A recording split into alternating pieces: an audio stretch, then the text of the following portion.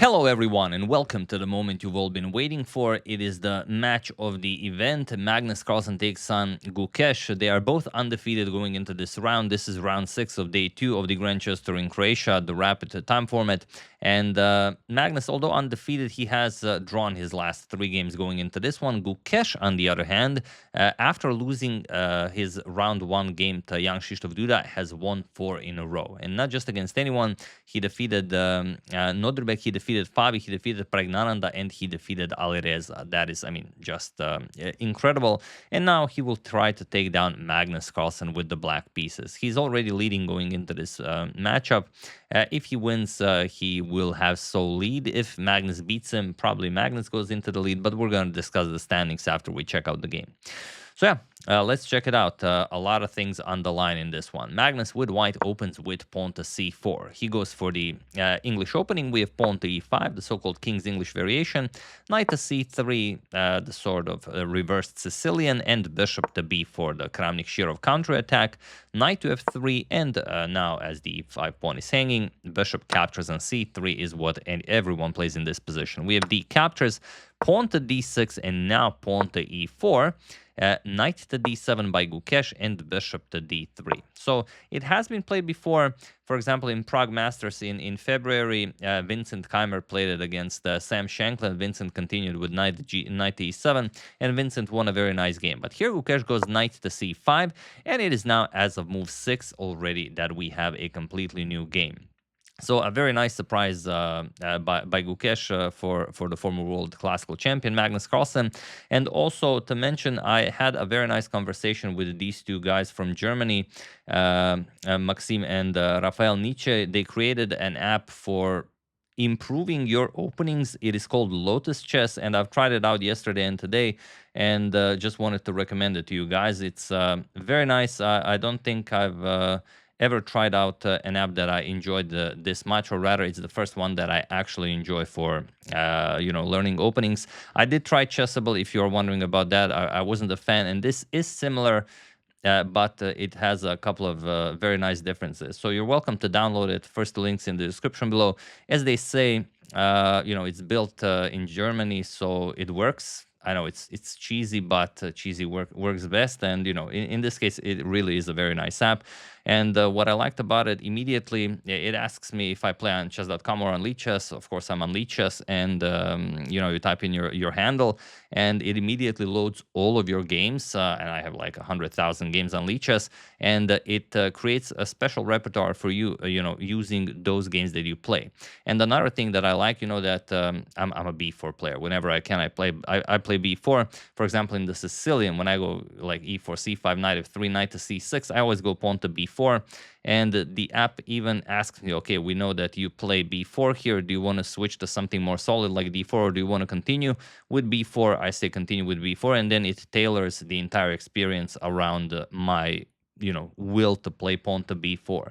So it's very fluid. I liked it a lot. And there's also of course, there's a free version and there's a paid version, but you can do quite a lot. I think you can do like 50 positions for each opening before you're even.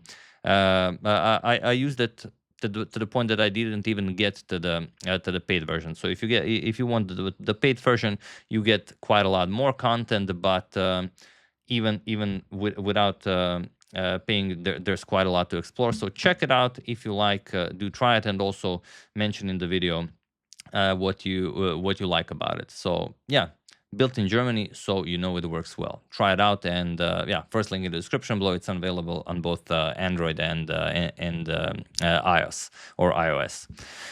Now, getting back to the game, as Gukesh also surprised Magnus after knight to c5, Magnus just went bishop to c2. So let's see how the game continues and how the clock time is being used, because for the moment Magnus is up on time. We have knight to f6, and here we have queen to e2, just defending that e4 pawn. So will the bishop pair be fully operational this game? That is the question. And how will the light square bishop start working? We have pawn to a5 by Gukesh. Okay, knight to d2 by Magnus, as Gukesh probably has something in mind at some point, perhaps going knight h5, knight to f4. So by playing knight to d2, Magnus prevents knight to h5, and he's saying, okay, my knight is coming to f1, then to e3, and then to d5 or f5 later on, all depending on what Gukesh plays. So pawn to g6 and knight to f1. We have bishop to e6. And now if you go knight to h5, Magnus will just play g3 and stop knight f4. It is weakening white's position, but, you know, it's actually a useful move. So just bishop to e6 by Gukesh, bishop to g5, pinning the knight, and pawn to h6. We have bishop to h4, and just pawn to g5 by Gukesh, bishop to g3, and queen to d7. Now Gukesh saying, I might castle kingside, I might castle queenside, I might leave the king in the center of the board. Magnus goes f3, strengthens that pawn on e4, and now knight to h5, going after the bishop, but Magnus not worried, just knight to e3. You don't really gain anything by capturing that bishop. It's really not doing all that much. So knight to f4 and queen back to d2. We have pawn to b5, trying to open up the position, and Magnus finally gets his knight all the way to d5. And Magnus doing better on time. He's currently on almost 20 minutes. Gukesh down to 15 minutes on the clock. Bishop captures. We have c captures on d5, and now knight to h5, going after the bishop on g3. Bishop to f2, putting pressure on the knight on c5, and also preventing knight captures on g3. It's not that you don't want to give it up, but for the moment the knight isn't doing all that much, so you prefer the tension to be in your favor. And Gukesh goes king to f8, trying to get the king to g7, I imagine, and Magnus goes pawn to g3. There's a clear idea of what he's trying to do here. He wants to play h4, but he can do it right away. He doesn't need to stop knight to f4, because if you castle and play knight to f4, you can just go h4. You don't need pawn to g3. And now if king g7, then you play g3. You kick away the knight. If knight g6, then you go f4, and you go through black's position. For example, if f6, rook d to g1, and it will break somewhere. Very, very difficult to play this for black. But Magnus went pawn to g3, which is also perfectly fine. King to g7 by Gukesh, and now bishop to e3. Not going for pawn to h4 right away. Bishop to e3, maybe with ideas of capturing because the knight on h5 is undefended. So Gukesh defends, queen to e7, and now rook to g1. Again, f4 will always be a very nice move with the king on g7, knight to f6, and now Magnus plays something that, well, it's very hard to describe. The king is on g7, the rook is on g1, or you want all the action to be on the king side. You should castle and then strike with pawn to h4, or you strike with pawn to h4 right away. But no, Magnus opens up the position on the queen side, and he plays pawn to b4. And you know my feelings about pawn to b4. I already mentioned it, you know, regarding the Lotus chess app. I always play it. If I can play it, I always play it, and Magnus knows that. And probably he played it here because he knows it's the best move. But this is one of those rare positions where it's not. Gukesh captures on b4. We have c captures attacking the knight, and now knight to a4. Okay. Again, you could say the knight on the rim is grim, not doing all that much.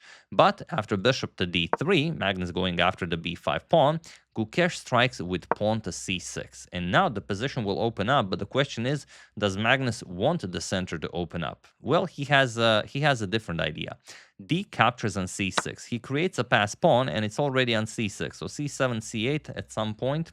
And, you know, good things might happen. But Gukesh now plays pawn to d5. And you cannot capture right away on b5. If you capture pawn to d4, and that's it. It's very, very difficult to find moves here. Bishop f2, g4. And, you know, it looks like it's a good time to resign now. Doesn't even matter that, for example, if you can capture, that doesn't really do all that much. The position will break. You will capture on f3, or white captures, then e4 becomes weak, and you just break through. So after d5, e captures on d5, knight captures on d5, and now pawn to a3. Magnus defends his prized b4 pawn, but now rook h to d8, getting the rook into the game, rook to c1, and now rook to d6. Very nice move, defending and attacking. The rook can now be shifted to e6, to f6, wherever it's needed. Also putting pressure on the c6 pawn, so we might go after it. We have rook, bishop captures on b5. Magnus grabs the pawn on b5, and now knight d to c3. Attacking the queen, and there's only one move that doesn't lose the game for Magnus, and Magnus finds it. Bishop to c5. Now, if rook captures, of course, the queen hangs as well. So knight captures on b5, we have bishop captures on d6, knight captures on d6, and king to f2. Magnus has a rook for 2 knights, and he does have 3 pawns on the queen side that are passed pawns, and if he gets the rook into the game, things are looking very nice for him. Now Gukesh plays knight to b6, and Magnus plays queen to d3. Again, you could throw in rook g to d1 and, you know, wait for something like knight d to c4. You go queen e2, you threaten rook captures on c4, and you're trying to prevent rook captures on a3, basically. And then some like queen e6 defends the knight, and it's a game. It's really complicated, one of the most complicated positions we've had in a while, where the position is 0.00, pretty much whatever you play. But, if you play a move that doesn't work, you get checkmated. So after knight b6, we have queen to d3, and now queen to e6. We reached the point where Kasparov said what he said, and I used it as a quote above the board.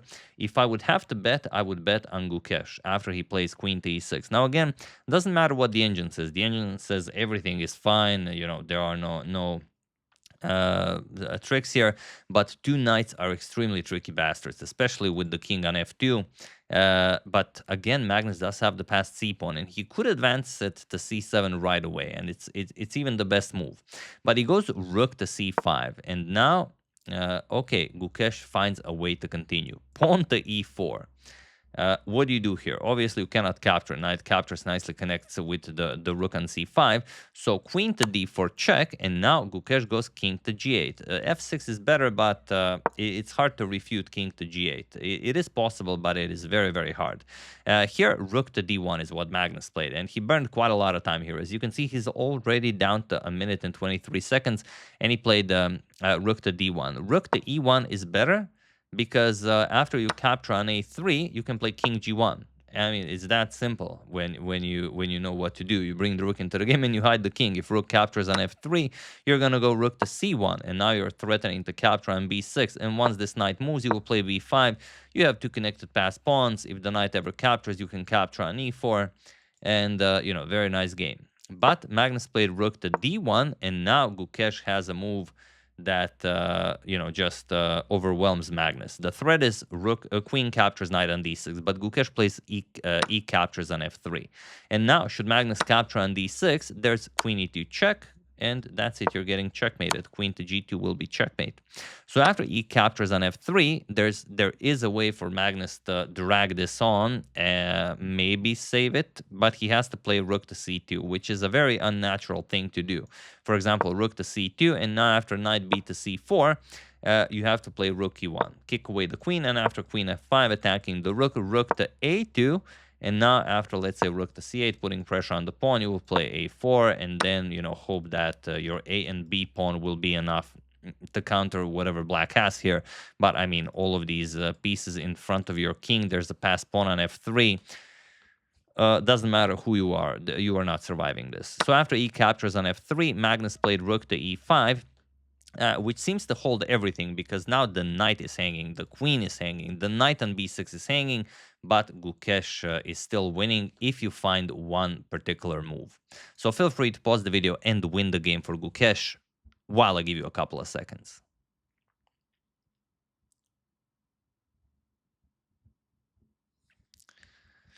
Yes, the move is queen to h3. This is what Gukesh played, and now it doesn't matter what Magnus plays. If he captures on d6, or b6, doesn't matter. It's a king hunt that does not end well for him. Queen g2 check, king e3, queen to e2 check, king to d4, and now just queen captures on d1, and after, let's say, king to c5 to defend the queen here, you will go knight a4 check, and you can no longer defend the queen on d6. Wherever you go, just queen captures, and that's all there is. So after queen to h3, king captures on f3 was played by Magnus. And now you could go for rook captures on a3. It's even completely forced. Gukesh, I guess, decided not to burn too much time calculating. He has 4.5 minutes, but if he drops down, maybe, bad things can happen, but I will show it because I know you guys want to see it. So the trick is that the engine even wants to give up the queen with queen to e3. The position is so bad. But after rook d3, the killer move is queen to f1 check. And now you have to defend the rook with the king. Now you go knight b to c4 with check, and after the only move is queen captures and c4. There is no other move. So queen captures, you give another check, and after king d4, you just gobble up everything. Queen captures, king c5, knight captures on e5, and game over. But okay, after king captures on f3, Gukesh started with knight b to c4. Pretty much the same, maybe as Kasparov said during the analysis of the live analysis, probably even worse, because you see everything that's coming and you cannot stop anything. But okay, Magnus finds rook to a5. It keeps him in the game, saying that I don't get, I don't mind you. You can have it, but I'm going to push those pawns. And okay, Gukesh has to capture. He doesn't really have to, but, considering who he's playing and the situation on the clock, he does. Knight captures, b captures, and now queen to f5 with check. King g2 and queen to c2 with check. Making sure you cannot block with the queen as the rook on d1 is hanging. So king to g1 and now knight to f5, attacking the queen. And you have to be very, very careful where you put your queen. So queen to d7, putting pressure on the knight, but doesn't really matter as you are defending the rook on d1. So basically, Magnus is just hoping for a free move to advance the pawn to c7, which should have been done as soon as it was possible. Knight to e3. Gukesh says, nope, not today. Threatening queen to g2, checkmate. Rook to d2, only move that saves Magnus for the moment. Queen to c1, check. We have king to f2, and now knight to g4 with check. King to e2, and now just knight e5, attacking the queen.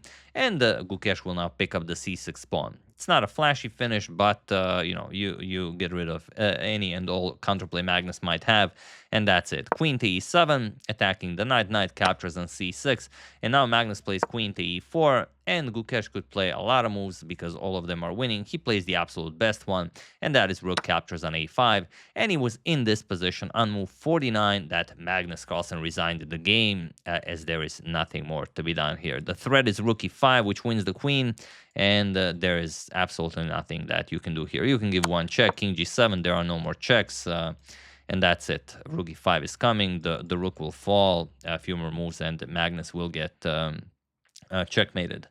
So yeah, not beating Magnus once, beating Magnus twice in many different time formats. What is the verdict now? Is Gukesh now a real world champion?